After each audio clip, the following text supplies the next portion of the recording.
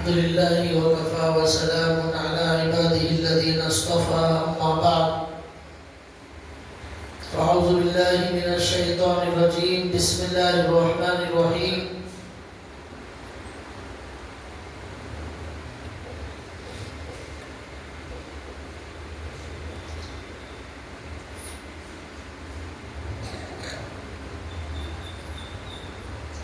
وَدَّ كَثِيرٌ مِّنْ أَهْلِ الْكِتَابِ لَوْ يَرُدُّونَكُم مِّن بَعْدِ إِيمَانِكُمْ كُفَّارًا حَسَدًا مِّنْ عِندِ أَنفُسِهِمْ رَبِّ اشْرَحْ لِي صَدْرِي وَيَسِّرْ لِي أَمْرِي وَاحْلُلْ عُقْدَةً مِّن لِّسَانِي يَفْقَهُوا قَوْلِي سُبْحَانَكَ لَا عِلْمَ لَنَا إِلَّا مَا عَلَّمْتَنَا إِنَّكَ أَنتَ الْعَلِيمُ الْحَكِيمُ اللهم صل على محمد في أول كلامنا اللهم صل على محمد في أوسط كلامنا اللهم صل على محمد في آخر كلامنا صدق الله العظيم. محترم دینی بھائیوں، قرآن کریم کی ایک آیت میں نے آپ کے سامنے تلاوت کی ہے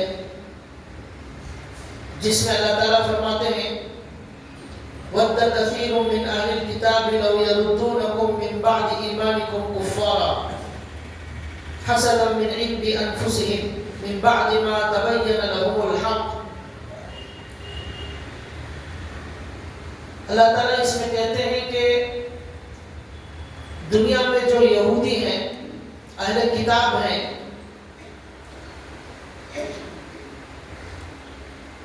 اسی طرح اس کے ضمن میں دوسرے مشرکین بھی ہیں، دیگر مذاہب کے ماننے والے بھی ہیں. ان کی یہ خواہش ہوتی ہے، ہمیشہ وہ یہ چاہتے ہیں کہ مسلمان ایمان لانے کے بعد پھر کافر بن جائے. یہودی ایسا چاہتے ہیں، اور جو اللہ کو نہ ماننے والے ہیں، کسی بھی مذہب کے ہوں، ان کی یہ خواہش اور ان کی یہ تمنا ہوتی ہے کہ مسلمان ایمان لانے کے بعد پھر کافر بن جائے، پھر مرتد بن جائے. اللہ کے نبی صلی اللہ علیہ وسلم کے زمانے کے جو یہودی اور جو مشرکین تھے، وہاں سے لے کر اب تک کی تاریخ 1450 سال کے اندر یہی بتا رہی ہے کہ اللہ کے نہ ماننے والوں کی ہمیشہ یہ خواہش رہی ہے کہ مسلمان سب کچھ کرے لیکن وہ ایمان پر، اسلام پر باقی نہ رہے. حَسَدًا مِّنْ عِندِ أَنفُسِهِمْ. یہ کیوں چاہتے ہیں؟ حسد کی وجہ سے چاہتے ہیں. ان کے اندر حسد ہے، اسلام سے حسد ہے، ایمان سے حسد ہے، قرآن سے حسد ہے، اور آپ صلی اللہ علیہ وسلم سے حسد ہے. اس حسد کی وجہ سے ان کی یہ خواہش ہے، ان کی یہ تمنا ہے کہ مسلمان ایمان پر باقی نہ رہے، کسی طرح ان کو ایمان سے ہٹا دیا جائے. ہمارے نبی صلی اللہ علیہ وسلم کے زمانے میں مکے کے کفار آئے اور آ کر اللہ کے نبی صلی اللہ علیہ وسلم سے یہ کہا کہ آپ کو ہم حکومت دینے تیار ہیں، سلطنت دینے تیار ہیں، ہمارا امیر بنانے، بادشاہ بنانے تیار ہیں، ہمارا بڑا ماننے ہم تیار ہیں. دولت چاہیں تو پورے مکے کی ساری دولت آپ کے قدموں میں ہم ڈالنے تیار ہیں. آپ جس سے شادی کرنا چاہیں ہم اس سے آپ کی شادی کرانے تیار ہیں، سب کچھ کرنے تیار ہیں، بس آپ یہ دین اور اسلام کی دعوت چھوڑ دیجیے. ہمارے نبی صلی اللہ علیہ وسلم نے جواب دیا کہ میرے ایک ہاتھ پر سورج رکھ دیا جائے، ایک ہاتھ پر چاند رکھ دیا جائے، تب بھی میں اسلام کی دعوت چھوڑنے والا نہیں ہوں. ایک مرتبہ مکے کے کفار آئے اور انہوں نے یہ کہا کہ مکے میں اس اسلام کی وجہ سے، دین کی وجہ سے، اس دعوت کی وجہ سے مکے کے اندر موجود مسلمانوں میں، کافروں میں اختلاف اور لڑائی جھگڑا چل رہا ہے، اس لیے ایسا کرتے ہیں کہ کچھ دن آپ ہماری عبادت کر لیں، کچھ دن ہم سب آپ کی عبادت کر لیں گے. پورے مسلمان سب مل عبادت کریں. کچھ دنوں تک سارے کافر مسلمانوں کی جیسی عبادت کریں گے. اس طرح کمپرومائز ہو جائے گا, صلح ہو جائے گی, ہمارا اختلاف, ہماری لڑائی ختم ہو جائے گی. اس موقع پر قرآن کریم میں یہ آیت نازل ہوئی, قل یا ایھا الکافرون لا اعبد ما تعبدون ولا انتم عابدون ما اعبد. جس میں اللہ نے کہا صاف صاف کافروں سے بتا دیجئے کہ جس اللہ کی میں عبادت کرتا ہوں اس کی تم عبادت نہیں کرتے, اور جن کی تم عبادت کرتے ہو ان چیزوں کی میں عبادت نہیں کر سکتا. لکم دینکم ولی دین, تمہارا دین تمہارے لیے, ہمارا دین ہمارے لیے. آپ جس طریقے پر چاہے عبادت کرو, ہم ہمارے طریقے کو چھوڑنے والے نہیں ہیں. یہ صاف صاف اعلان کر دیجئے, اس میں کوئی کمپرومائز نہیں ہو سکتا. کفر اور شرک اس میں کوئی کمپرومائز. آج تک 1,24,000 انبیاء دنیا میں آ گئے, انہوں نے کافروں کے ساتھ بہت اچھا سلوک کیا, ان پر مال خرچ کیا, ان کے لیے بہت ساری خدمات کی اور بہت سارے احسانات کیے, مل جل کر آپس میں بھائی چارگی قائم کی, ہر چیز تیار. لیکن جب معاملہ ایمان اور کفر کا آ جائے, شرک اور اسلام کا آ جائے, وہاں کوئی کمپرومائز نہیں. صاف صاف پوری دنیا کے لیے اعلان کر دیا گیا, لکم دینکم ولی دین, تمہارا دین تمہارے لیے, ہمارا دین ہمارے لیے. تمہارا راستہ تمہیں, تمہارے لیے, ہمارا راستہ ہمارے لیے. یہ اس میں کوئی کمپرومائز نہیں ہوگا. ہر زمانے میں اس طرح کی آواز بلند ہوتی ہے, اس طرح کا نعرہ لگایا جاتا ہے, اور یہ آواز اٹھائی جاتی ہے کہ مسلمانوں کو کسی طرح مرتد بنا دیا جائے.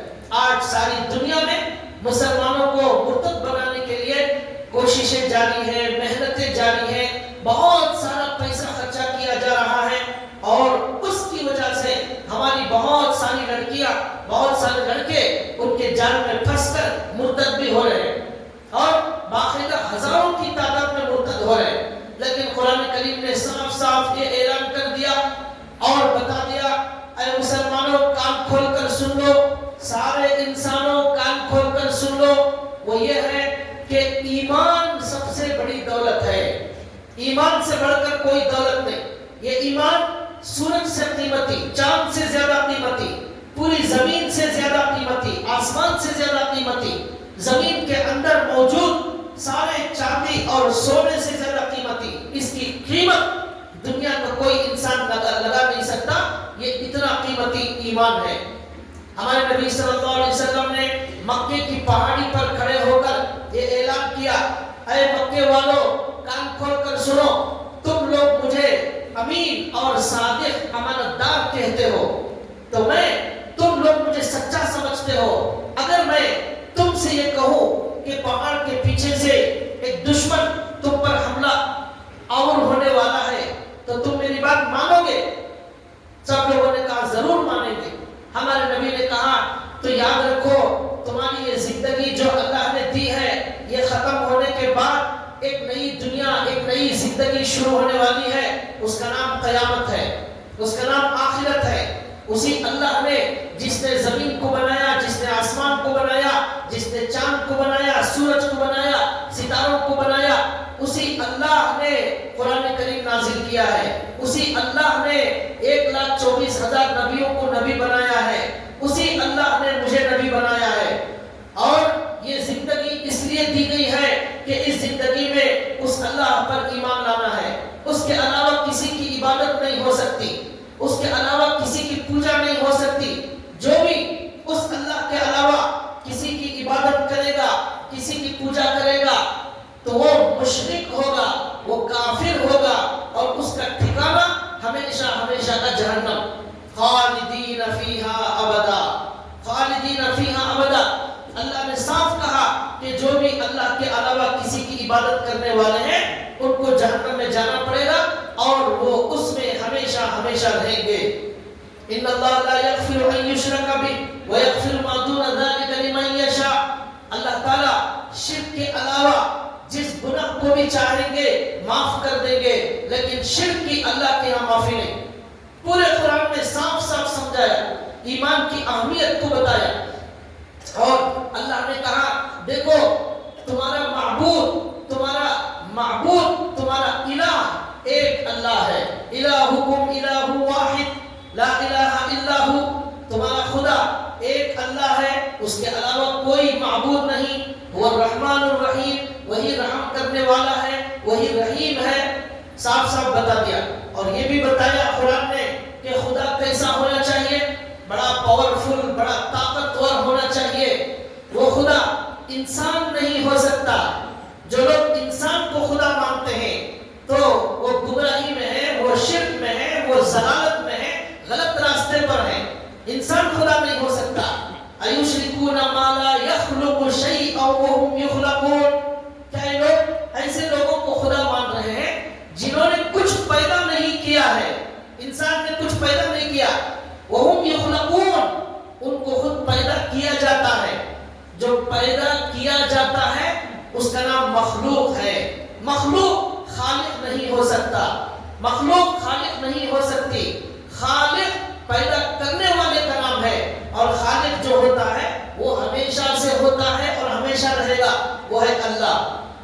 جو پہلے نہیں تھا انسان، بعد میں وہ پیدا ہوا، وہ خدا نہیں ہو سکتا. پیدا ہونے میں جو کسی کا محتاج ہو وہ خدا نہیں ہو سکتا. جو بیمار ہو جائے وہ خدا نہیں ہو سکتا.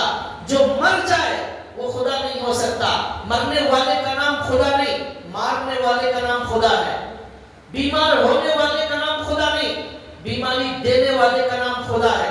جن انسانوں کو لوگ خدا مانتے ہیں دنیا میں، وہ انسان تو مر گئے، وہ انسان بیمار بھی ہوتے تھے، وہ کیسے خدا ہو گئے؟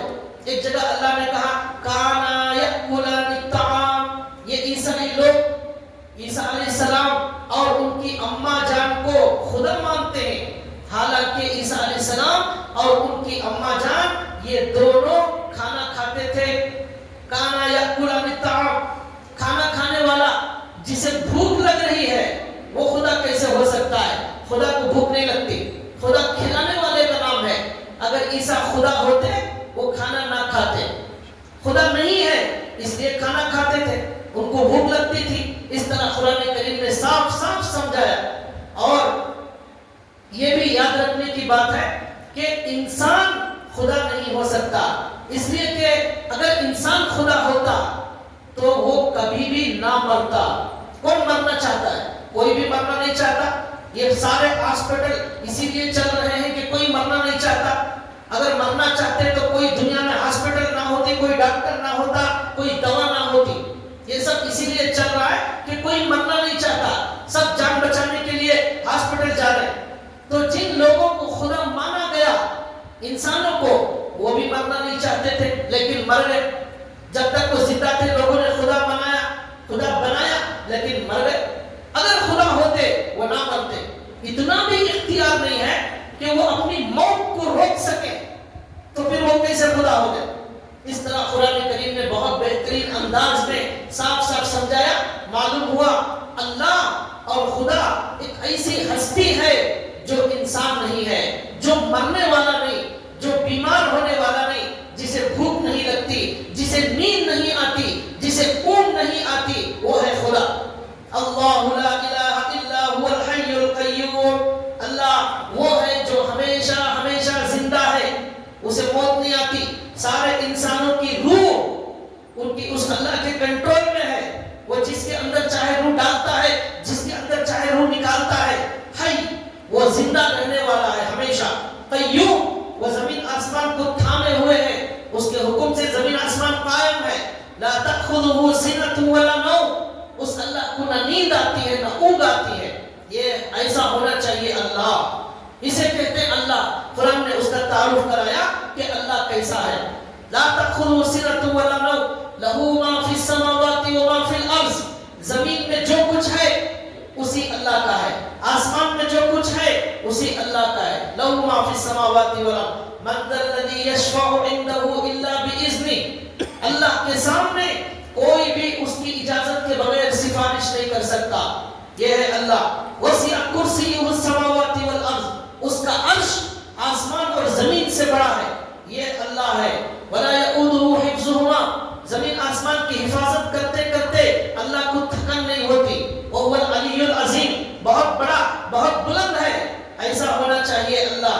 یہ کیا ہماری طرح پیشاب کرنے والے کو خدا بنا لیا، ہماری طرح پیٹ میں درد ہو رہا ہے اسے خدا بنا لیا، ہماری طرح پیخانے کی ضرورت پڑ رہی ہے اسے خدا بنا لیا۔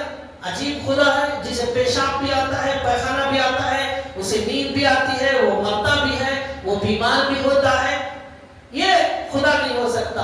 اللہ نے کہا یہ پہچاننے کی علامت ہے، خدا مرتا نہیں، خدا پیدا ہوتا نہیں، وہ پیدا کرنے والے کا نام ہے۔ کتنے اچھے انداز میں قرآن نے سمجھایا، عقل میں آنے والی بات اللہ نے کی۔ 1.5 لاکھ لوگ روزانہ مرتے ہیں، ان کی روح نکالنے والے کا نام اللہ ہے۔ اگر آپ کسی درخت کو، کسی انسان کو، کسی بھی ہستی کو اگر خدا مانتے ہیں تو اسے کہے کہ وہ ایک انسان کی روح نکال کر دکھا۔ نمرود کو حضرت ابراہیم علیہ السلام نے نمرود کے دربار میں جا کر کہا میرا اللہ وہ ہے، الم تر الی الذی حاج ابراہیم فی ربہ ان آتاہ اللہ الملک۔ نمرود سے کہا میرا اللہ وہ ہے جو انسان کو مارتا ہے اور زندہ کرتا ہے۔ اسے سمجھ میں نہیں آیا تو اس نے 2 انسانوں کو بلایا، ایک کو مار دیا، ایک کو چھوڑ دیا۔ اب ابراہیم علیہ السلام نے کہا میرا اللہ وہ ہے جو مشرق سے سورج نکالتا ہے، مغرب میں ڈبوتا ہے، تو کر کے دکھا۔ فَبُهِتَ الَّذِي كَفَرَ، اب وہ کافر جو ہے مایوس اور نا امید ہو گیا۔ تو یہ اللہ کا تعارف یہ قرآن کریم بتاتا ہے سارے انسانوں کو۔ پھر اللہ نے کہا اس اللہ نے دنیا کو، انسانوں کو اس مقصد کے لیے پیدا کیا ہے اسی کی عبادت کریں، اسی کے لیے سجدہ کریں، وہی ایک اکیلا ہے، اس کے علاوہ اس کا کوئی شریک نہیں۔ یہ قرآن کریم نے کہا امن خلق السماوات والارض وانزل لكم من السماء ماء فانبتنا به حدائق ذات بهجة ما كان لكم ان تنبتوا شجرها أإله مع الله بل هم قوم يعدلون۔ کون ہے آسمان بنانے والا؟ کون ہے زمین بنانے والا؟ کون ہے زمین کے اندر سے ہرے بھرے باغات اگانے والا؟ حدائق ذات بہجہ، کلر کلر کے پھولوں کو اگانے والا کون ہے؟ خوشبو اس کے اندر ڈالنے والا کون ہے؟ ما کان لکم ان تنبتوا شجرہا، ایک انسان ایسا بتاؤ جو ایک پتا پیدا کر سکتا ہو، ایک ڈالی پیدا کر کے دکھاؤ اگر تم خدا ہو۔ قرآن نے چیلنج کیا الہ مع اللہ، اللہ کے علاوہ کوئی نہیں یہ کرنے والا۔ پوری دنیا کو چیلنج ہے، ایک پتا نہیں پیدا کر سکتے۔ ایک جگہ اللہ نے کہا یا ایھا الناس ضرب مثل فاستمعوا لہ، اے انسانوں کان کھول کر سنو، ایک مثال بیان کی جا رہی ہے۔ ان الذین تدعون من دون اللہ لن یخلقوا ذبابا ولو اجتمعوا لہ، ایک مکھی پیدا کر کے دکھاؤ۔ سارے تم جن کو خدا مانتے ہو اللہ کو چھوڑ کر سب مل کر ایک مکھی پیدا کر کے دکھاؤ۔ لن یخلقوا، ہرگز کوئی بھی اللہ کے علاوہ مکھی پیدا نہیں کر سکتا۔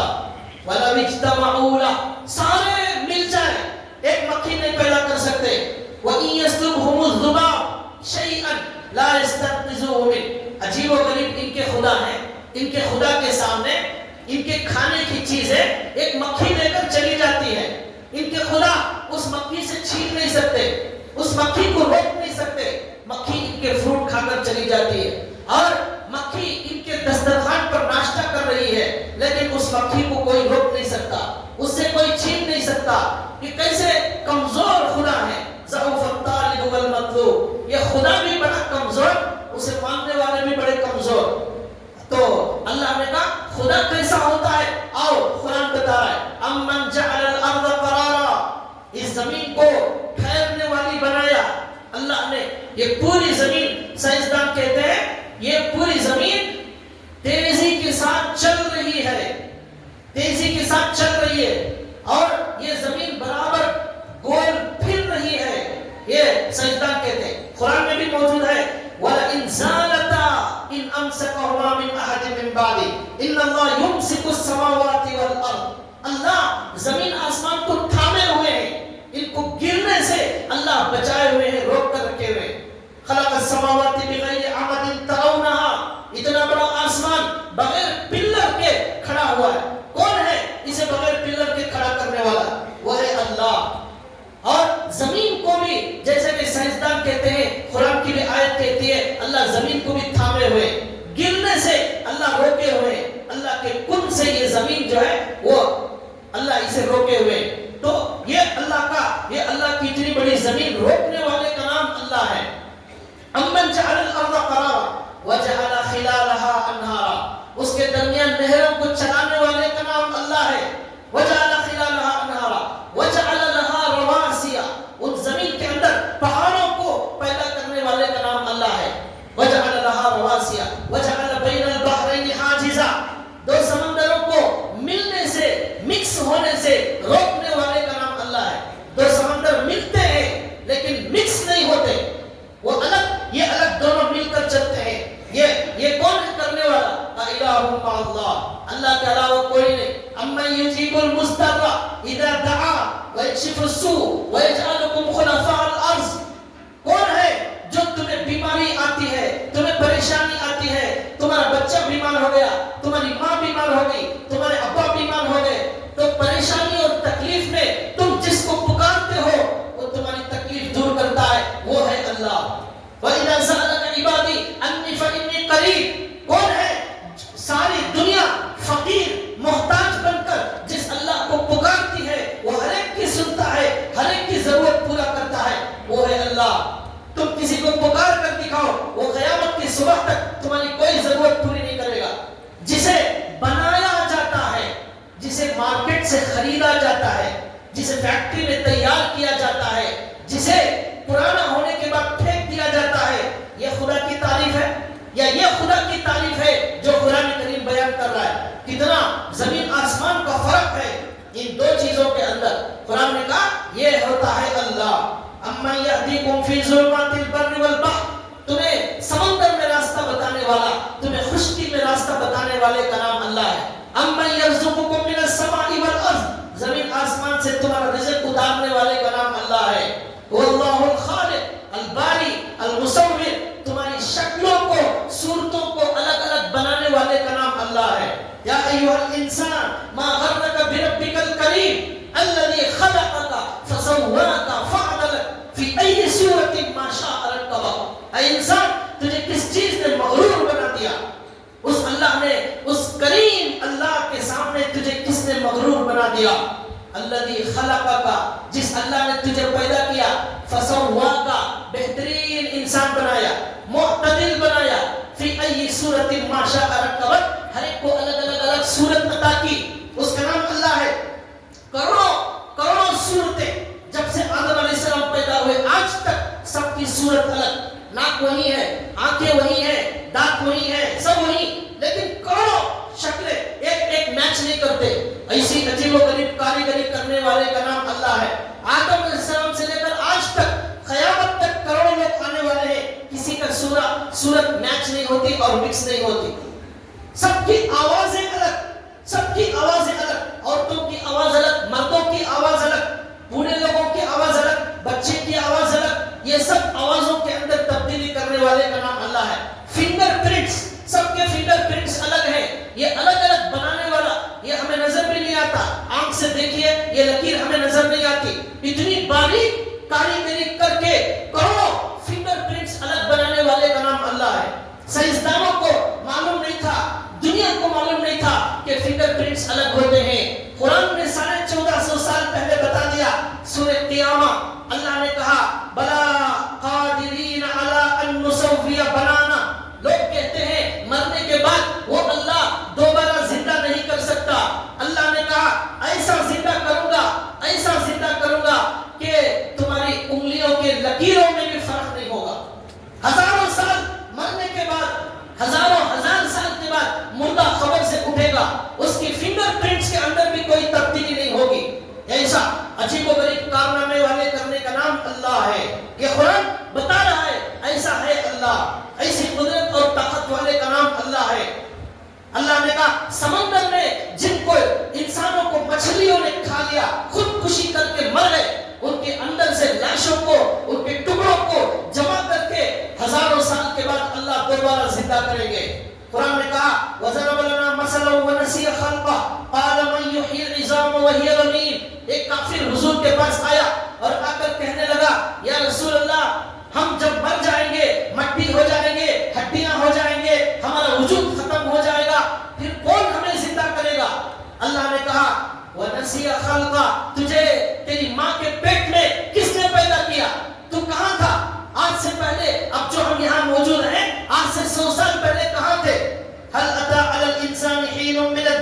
لم يكن شيئا مذكورا، کوئی وجود نہیں تھا، کوئی نہیں جانتا تھا کہاں تھے ہم، کچھ پتا نہیں ہے کسی کو، اس عدم سے وجود میں لانے والے کا نام اللہ ہے، وہ ایسی طاقت والا اللہ ہے، وہ اللہ جن انسانوں نے خودکشی کر کے سمندر میں اپنے آپ کو ہلاک کیا، سمندر کے اندر سے ان کے ٹکڑوں کو جمع کر کے دوبارہ اللہ زندہ کریں گے۔ اللہ نے کہا جو اللہ انسان کو پہلی بار پیدا کرنے والا وہی اللہ دوبارہ قبر سے پیدا کرنے والا ہے۔ جو ماں کے پیٹ سے پیدا کر سکتا ہے وہ قبر کے پیٹ سے بھی پیدا کر سکتا ہے، اس کے لیے کوئی مشکل نہیں۔ ان ذالک علی اللہ یسیر، اللہ کے لیے سب بہت آسان ہے۔ ایک جگہ اللہ نے کہا کلمح البصر، کلمح البصر، آنکھ جھپکنے کے برابر سارے انسانوں کو قبروں سے اٹھا کر میدان محشر میں کھڑا کر دیا جائے گا۔ ایسی عجیب و غریب طاقت والے کا نام اللہ ہے۔ انسان چاہے آگ میں جل کر مرے، سمندر میں کود کر مرے، تالاب میں کود کر مرے، جانوروں نے اسے کھا لیا اور اسے کاٹ کر ٹکڑے کر دیے گئے، ان سارے مردوں کو اللہ اپنے سامنے کھڑا کریں گے اور کوئی بچنے والا نہیں، کوئی بچنے والا نہیں۔ ان کل من فی السماوات والارض الا آتی الرحمن عبدا، کوئی بھی زمین آسمان میں پیدا ہونے والا جو بھی ہے وہ اللہ کے سامنے غلام بنا کر کھڑا کر دیا جائے گا۔ اللہ نے کہا احصاہم وعدہم عدا، ہم نے ہر ایک کو اچھی طرح گن لیا ہے، کوئی بھی اس کے حساب سے باہر ہونے والا نہیں۔ یہ اللہ تعالیٰ کی طاقت اور قدرت۔ آنکھوں کے اندر ہمارا اسکینر موجود ہے، دنیا کو معلوم نہیں تھا، ابھی کچھ سال پہلے معلوم ہوا، جب سے ہمارے فون کے اندر وہ اسکین، ہمارے آنکھوں کے اسکین سے فون اوپن ہوتا ہے۔ یہ اللہ نے کروڑوں سال پہلے انسان کو ایسا بنایا، انسان کو آج معلوم ہو رہا ہے۔ ایسا عجیب و غریب کاریگر، ایسا خالق، خلاق، ایسا زبردست پیدا کرنے والے کا نام اللہ ہے۔ اسی ایک اللہ کی عبادت کرنے میں ہماری نجات، ہماری کامیابی۔ اگر اس کی عبادت نہیں کریں گے، اسے نہیں مانیں گے، شرک کریں گے، سورج کی پوجا، چاند کی پوجا، درختوں کی پوجا، زمین کی عبادت کریں گے، کل قیامت کے دن اللہ تعالیٰ کہیں گے ہمیشہ ہمیشہ کی جہنم میں جانا ہے۔ وہ کہے گا ان الذين كفروا وماتوا وهم كفار اولئك عليهم لعنة الله والملائكة ان الذين كفروا وماتوا وهم كفار فلن يقبل من احدهم ملء الارض ذهبا ولو افتدى به۔ اللہ کہتے ہیں کافر سے کہا جائے گا اگر تیرے پاس پوری زمین بھر کر خزانہ ہو، سونا ہو، تو کیا تو جہنم سے بچنے کے لیے یہ سارا خزانہ دینے تیار ہے؟ وہ کہے گا جی اللہ بالکل تیار ہوں، اگر زمین بھر کر خزانہ ہوتا، ڈبل زمین، وَمِثْلَهُ مَعَهُ 24 پارے میں وَمِثْلَهُ مَعَهُ ڈبل، ایک زمین نہیں دو زمین کے برابر اگر سونا موجود ہو تب بھی میں آج وہ دے کر جہنم سے بچ جاتا۔ اللہ تعالیٰ کہیں گے فَلَن يُقْبَلَ مِن، اتنا سارا سونا لے کر بھی اللہ کہتے ہیں اللہ قبول کرنے والے نہیں ہیں۔ اب تو جہنم سے نہیں بچ سکتا، کیوں؟ تجھے دنیا میں صرف کلمہ پڑھنے کا حکم دیا گیا تھا، لیکن تو نے انکار کر دیا، آج اتنا خزانہ دے گا تب بھی تجھے جو ہے آج نجات ملنے والی نہیں ہے۔ یہ ہے ایمان کی دولت۔ ایک جگہ اللہ نے سورہ معارج میں کہا کہ یوم یفر المرء من اخیہ وامہ وابیہ وصاحبتہ وبنیہ وصاحبتہ واخیہ وفصیلتہ التی تؤویہ ومن فی الارض جميعا ثم ینجیہ۔ کافر کہے گا اے اللہ مجھے بچا لیجئے، مجھے چھوڑ دیجئے، میری ماں کو جلا دو، میرے بچوں کو جلا دو، میرے خاندان کو جلا دو، میرے سارے زمین کے انسانوں کو آپ لے لیجئے، آپ جہنم میں ڈال دیجئے، مجھے بچا لیجئے۔ اللہ تعالیٰ کہیں گے کلا، ایسا ہرگز ہونے والا نہیں، جو گناہ کرے گا وہی سزا پائے گا۔ کلا، ایسا ہرگز ہونے والا نہیں۔ نزاعۃ للشوا، وہ جہنم میں جانا پڑے گا، جو جہنم ہماری کھالوں کو جلا کر خاک کر دینے والی ہے۔ اس پوری گفتگو کے بعد، اس پورے بیان کے بعد میں اب جو اصل بات شروع کیا تھا وہ بتانا چاہتا تھا کہ ہندوستان کے اندر، پوری دنیا کے اندر جتنے بھی یہودی، جتنے بھی کافر ہیں، وہ یہ چاہتے ہیں کہ ہم بھی ایمان چھوڑ کر مرتد ہو جائیں۔ وَدَّ كَثِيرٌ مِّنْ أَهْلِ الْكِتَابِ، بہت سارے اہل کتاب یہ چاہتے ہیں کہ ہم ایمان چھوڑ کر کافر بن جائیں، یہ حسد کی وجہ سے چاہتے ہیں۔ اس کے لیے یہ سب لوگ بہت زیادہ مال خرچ کرتے ہیں، بہت پلاننگ کرتے ہیں۔ اسی پلاننگ کے تحت یہ واٹس ایپ بنایا گیا، یہ فیس بک بنایا گیا، یہ انسٹاگرام بنایا گیا، یہ یہ یوٹیوب بنایا گیا، ایسا فون بنایا گیا تاکہ جو ہے نوجوانوں کو، لڑکوں کو، لڑکیوں کو ان کے ایمان پر ڈاکہ ڈالا جا سکے اور گناہوں کی طرف ان کو بلایا جائے۔ کفر کی دعوت نہیں دی جاتی بلکہ ان کو جو ہے پہلے گناہ کی طرف بلایا جاتا ہے، نشے کی طرف بلایا جاتا ہے، گانجا مارنے کی طرف دعوت دی جاتی ہے، گناہ کی طرف دعوت دی جاتی ہے اور جھوٹے محبتوں کی طرف دعوت دی جاتی ہے۔ اس کے بعد اس جال میں پھنس کر انسان دور ہوتے ہوتے ہوتے ایک دن ایمان سے ہاتھ دھو کر ہمیشہ کے لیے جہنم میں چلا جاتا ہے۔ اس لیے اللہ نے پہلے پارے میں کہا، یعقوب علیہ السلام نے مرنے سے پہلے ام کنتم شہداء اذ حضر یعقوب الموت اذ قال لبنیہ ما تعبدون من بعدی۔ ابراہیم یعقوب علیہ السلام کی جب موت کا وقت آیا، انہوں نے اپنے بچوں سے کہا، اے میرے بچوں، میرے مرنے کے بعد کس کی عبادت کرو گے؟ ما تعبدون من بعدی قالوا نعبد الہک و الہ آبائک ابراہیم و اسماعیل و اسحاق الہ واحدہ۔ اے اللہ، اے ہمارے ابا جان، ہم ابراہیم علیہ السلام کے اللہ کی عبادت کریں گے، ہم اسحاق اسماعیل علیہ السلام کے اللہ کی عبادت کریں گے، ایک اللہ کی عبادت کریں گے۔ تب انہوں نے کہا، اب میں سکون سے مرنا چاہتا ہوں، میں نے میری اولاد کو ایمان پر چھوڑ کر میں مر رہا ہوں۔ آپ سب کو اپنے اولاد کی ایمان کی فکر کرنا ہے۔ آپ اس حال میں مرے کہ آپ کے بچوں کے اندر ایمان پر جینے، ایمان پر مرنے کا جذبہ ہونا چاہیے۔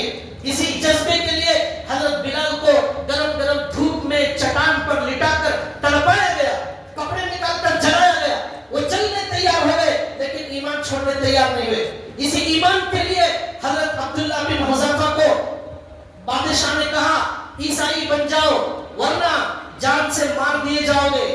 انہوں نے کہا کہ میں ایمان چھوڑنے تیار نہیں۔ بادشاہ نے کہا، آدھی سلطنت دے دوں گا، ایمان چھوڑو۔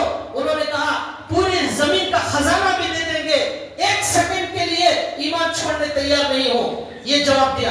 پھر بادشاہ نے کہا، ان کے ساتھیوں کو کڑائی میں تیل میں ڈال کر تل دیا جائے۔ دو لوگوں کو لایا گیا، مسلمانوں کو کڑائی میں گرم گرم تیل میں ڈال کر جلا دیا گیا، بھون کر کوئلہ بن گئے۔ اب پوچھا گیا، اب کیا ہے؟ تو انہوں نے کہا کہ میں اب بھی ایمان چھوڑنے تیار نہیں۔ بادشاہ نے کہا، ان کو بھی کڑائی میں ڈال دو۔ اب جب کڑائی میں ڈالنے لے جائے رونے لگے۔ بادشاہ نے پوچھا، کیوں روتے ہو؟ انہوں نے کہا، اس لیے روتا ہوں کہ اس اللہ پر قربان کرنے کے لیے صرف ایک جان ہے، اگر 100 جانیں ہوتی اس اللہ پر قربان کرتا کتنا مزہ آتا، اس لیے رو رہا ہوں، موت کے ڈر سے نہیں روتا۔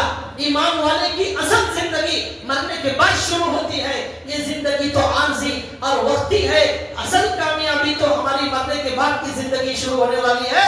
یہ جذبہ اپنے اندر پیدا کرو، اپنی اولاد کے اندر پیدا کرو، کوئی کمپرومائز نہیں۔ وندے ماترم ہندوستان کے اندر نعرہ لگایا جا رہا ہے، وندے ماترم کا نعرہ لگایا جا رہا ہے اور پارلیمنٹ میں بحث ہو رہی ہے، کوشش ہو رہی ہے کہ ہمارے سارے اسکولوں میں یہ لازم کر دیا جائے کہ وندے ماترم پڑھنا ضروری ہوگا۔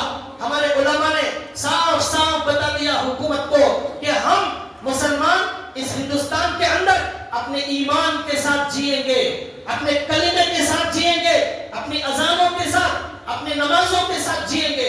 ہم کوئی بھی ایسا ترانہ پڑھنے تیار نہیں ہے جس کے اندر کفر اور شرک ہو۔ یہ وندے ماترم ایک بنگال کا آدمی لکھا ہے، اس کے اندر شرکیہ الفاظ ہیں، کفریہ الفاظ ہیں، اس میں زمین کو، وطن کو، ملک کو ماں کہا گیا ہے۔ وندے ماترم، اے ماں، اے وطن، اے زمین، میں تیری عبادت کرتا ہوں، میں تیری پوجا کرتا ہوں، میں تجھے مورتی مانتا ہوں۔ ایسی سب چیزیں اس کے اندر موجود ہیں۔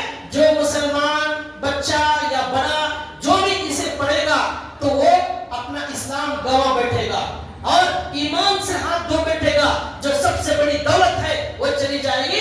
اس لیے ہمارے علماء نے صاف صاف حکومت سے کہہ دیا کہ ہم جب تک زندہ ہیں ہندوستان کے اندر ایمان کے ساتھ جئیں گے۔ ایمان، ہندوستان کا جو کانسٹیٹیوشن ہے، جو آئین ہے، جو قانون ہے، وہ ہمیں اجازت دیتا ہے، ہمیں آزادی دیتا ہے۔ ہر ہندوستانی کو اپنے مذہب پر جینے کی آزادی ہے، اپنے مذہب پر عمل کرنے کی آزادی ہے، کوئی کسی کو مجبور نہیں کر سکتا۔ آپ پڑھو، آپ جو پڑھنا ہے پڑھو، ہمیں کوئی اعتراض نہیں ہے، لیکن ہم پر زبردستی کوئی تھوپ نہیں سکتا۔ بے شک ہم ہندوستان سے محبت کرتے ہیں، ہم اس زمین سے محبت کرتے ہیں، لیکن سے محبت کرتا ہے اسے معبود سمجھنا ضروری نہیں ہے. محبت کرتے ہیں خدا نہیں سمجھتے. ہندوستان سے محبت ہے لیکن ہندوستان ہمارا خدا نہیں. اس زمین سے ہمیں محبت ہے، یہ زمین ہمارا معبود نہیں. ہماری ماں سے محبت ہے، ماں کی ہم عبادت نہیں کرتے. بچوں سے محبت ہے، بچے کی عبادت نہیں کرتے. باپ سے محبت ہے، باپ کی عبادت جائز نہیں ہے. ہمارے نبی سے محبت ہے، ہمارے نبی ہماری جان ہے، ہمارا خون کا خطرہ ان کے لیے بہانے تیار ہے. لیکن ہمارے نبی ہمارے لیے خدا نہیں ہے. ہمارے نبی نے صاف کہا حدیثوں کے اندر. ایک صحابی آئے، انہوں نے دیکھا ایک اونٹ ہمارے نبی کے سامنے سجدے میں گر گیا. تو صحابہ نے کہا یا رسول اللہ ہم بھی سجدہ کرنا چاہتے ہیں. اللہ کے نبی نے کہا لا ينبغي لبشر ان يسجد لبشر. کسی انسان کے لیے سجدہ کرنا جائز نہیں. ایک صحابی آئے حضور کے سامنے سجدہ کیا. حضور نے پوچھا کیا کر رہے ہو؟ انہوں نے کہا میں شام گیا تھا، وہاں دیکھا وہاں کے بڑوں کو، وہاں کے پادریوں کو عیسائی لوگ سجدہ کرتے ہیں، میں بھی آپ کو سجدہ کرنا چاہتا ہوں. اللہ کے رسول صلی اللہ علیہ وسلم نے فرمایا کہ یاد رکھو کہ اگر سجدہ کسی کے لیے جائز نہیں اللہ کے علاوہ، نہ کسی زندے کو، نہ کسی مردے کو، نہ کسی بڑے کو، نہ چھوٹے کو، کسی کے لیے سجدہ جائز نہیں. اگر سجدہ جائز ہوتا میں بیوی کو حکم دیتا وہ اپنے شوہر کا سجدہ کرے، لیکن سجدہ جائز نہیں ہے اس لیے میں نے حکم نہیں دیا. یہ ہمارے نبی صلی اللہ علیہ وسلم کی تعلیمات ہے. یہ ہمارے نبی نے ایک حدیث میں فرمایا اے لوگوں مجھے زیادہ چڑھا کر ایسا مجھے مرتبہ بلند مت دو جیسا اللہ کا مرتبہ ہے. اللہ کا مرتبہ اللہ کے لیے، نبی کا مرتبہ نبی کے لیے. ہمارے نبی ہمارے محبوب ہیں، پیغمبر ہیں، امام الانبیاء ہیں. آخری قرآن نازل ہوا مکے مدینے کے اندر. ہمارے نبی کا جلوہ آج بھی نظر آ رہا ہے. ان سے بڑا اللہ کے بعد کوئی نہیں. لیکن ہمارے نبی رزاق نہیں ہے، ہمارے نبی مشکل کشا نہیں ہے. ہم بیماری میں ہمارے نبی سے نہیں مانگتے، ہم مشکل میں ہمارے نبی سے دعا نہیں مانگتے. دعا صرف اللہ کے لیے، سجدہ صرف اللہ کے لیے. جب نبی کو ہم سجدہ نہیں کر سکتے، ہم جو ہے وطن کو کیسے ہم معبود بنا لیں گے، ہم زمین کو کیسے معبود بنا لیں گے؟ یہ ہو نہیں سکتا. یہ ہماری تعلیم ہے، یہ بتانا ہے کہ ہم وندے ماترم نہیں پڑھ سکتے.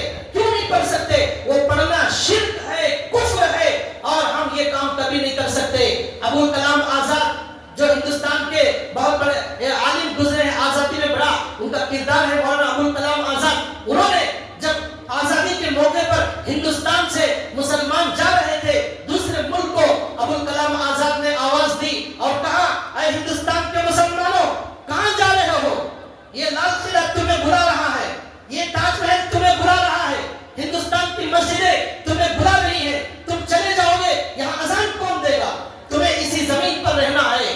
یہاں تم کلمے کے ساتھ، اذانوں کے ساتھ، اپنی نمازوں کے ساتھ تم یہاں پر رہو گے، اور تمہیں کوئی بھی تمہاری نماز پڑھنے سے، تمہارے اذان سے، کلمے سے کوئی تمہیں ہٹا نہیں سکتا.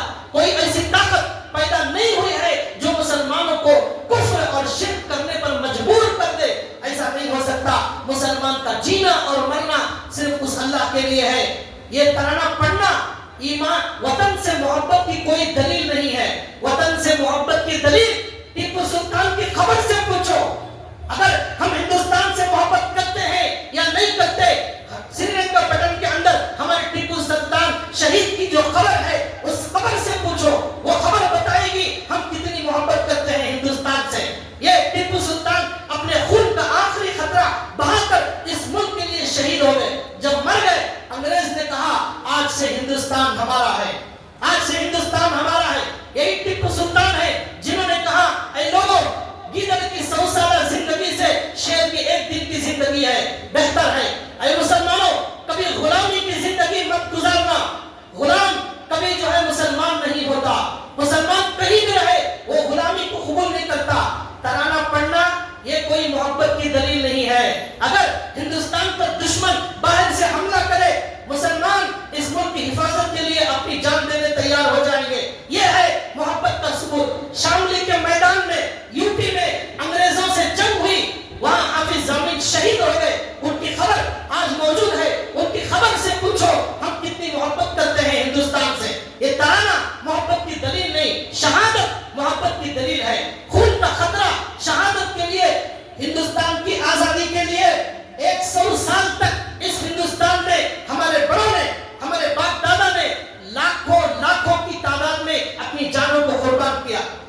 انڈیا گیٹ پر آج بھی ہزاروں مسلمانوں کے نام لکھے ہوئے ہیں جو اس وطن کے لیے شہید ہو گئے. ان کے نام پڑھ لو.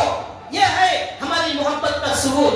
ہم ہمارے سے وطن کی محبت کا ثبوت مانگتے ہو, جاؤ حضرت قاسم, حضرت شیخ الہند, شیخ الاسلام حسین احمد مدنی, حضرت شیخ الہند رحمت اللہ علیہ, مالٹا کی جیل کے اندر ان کو رکھا گیا. ان کو گرم گرم لوہے کے سلاخوں سے ان کو داغا جاتا تھا. شیخ الہند کا جب انتقال ہوا, نہلانے کے لیے جب ان کو لایا گیا, پورا بدن گوشت سے غائب ہو گیا, گوشت موجود نہیں ہے. حضرت شیخ الاسلام نے کہا انگریزوں نے جلا جلا کر ان کا گوشت ختم کر دیا. یہ ہے مسلمانوں کی ہندوستان سے محبت کی علامت. یہ دلیل ہے ہمارے دہلی کے اندر انگریزوں نے جتنے درخت ہیں ان سارے درختوں پر مسلمان علماء کو شہید کر کے ان کی لاشوں کو درختوں پر لٹکا دیا. ہر درخت پر ایک عالم کی لاش لٹکی ہوئی تھی جو آزادی سے پہلے. وہ درخت تمہیں بتائے گا ہم ہندوستان سے کتنی محبت کرتے ہیں. یہ ہمیں ثبوت دینے کی ضرورت نہیں ہے. اور آپ یاد رکھیے, اپنے بچوں کو بتائیے. آج ہمارا بچہ گاندھی جی کی سیرت جانتا ہے, جواہر لال نہرو کی سیرت جانتا ہے, اور ہمارا بچہ اور پتہ نہیں بہت سارے لوگوں کی سیرت جانتا ہے. ٹیپو سلطان کی سیرت نہیں جانتا, شیخ الاسلام کی سیرت نہیں جانتا, شیخ الہند کی سیرت نہیں جانتا, سید احمد شہید جو شہید ہو گئے ان کی سیرت ہمارا بچہ نہیں جانتا. یہ یاد رکھنا ہے, بچوں کو بتانا ہے ہمارے بڑوں نے اس ہندوستان کے لیے کیا کیا قربانیاں دی ہیں. 800 سال تک اس ہندوستان کی زمین پر ہمارے بڑوں نے, ہمارے باپ دادا نے حکومت کی ہے. 800 سال 900 سال تک اس ہندوستان پر ہمارے بڑوں نے حکومت کی ہے. جب ہندوستان اس سے بہت بڑا تھا تب ہمارے باپ دادا نے یہاں پر حکومت کی ہے. ہم ہزاروں سال سے یہاں رہتے ہیں, لیکن ہم صرف یہی گزارش کرتے ہیں کہ ہمیں کفر پر مجبور نہ کیا جائے, ہمیں کلمہ چھوڑنے پر مجبور نہ کیا جائے. یہ قیامت تک ہونے والا نہیں ہے. ہمیں ہماری مسجدوں کے ساتھ, ہماری اذانوں کے ساتھ, ہماری کلمے کے ساتھ ہمیں آزادی دی جائے. آپ جو چاہیں کریں, آپ سورج کی پوجا کریں, آپ چاند کی کریں, آپ ستاروں کی کریں, آپ درختوں کی کریں, آپ مٹی کی کریں, پانی کو خدا مانیں, ہمیں کوئی اعتراض نہیں ہے. لیکن ہمارا ایمان, ہمارا قرآن, ہمارے نبی یہ سکھاتے ہیں آخری وقت تک لا الہ الا اللہ محمد رسول اللہ پر جینا ہے, اسی کلمے پر مرنا ہے. یہی تمہاری کامیابی کی علامت ہے. اللہ ہمیں سنی بات پر عمل کرنے کی توفیق عطا فرمائے, اور اللہ تعالی ہمیں ہمارے ہندوستان کے حالات کو درست بنائے, اور اللہ تعالی مسلمانوں کی اور اسلام کی پوری دنیا میں حفاظت فرمائے. وما علینا الا البلاغ.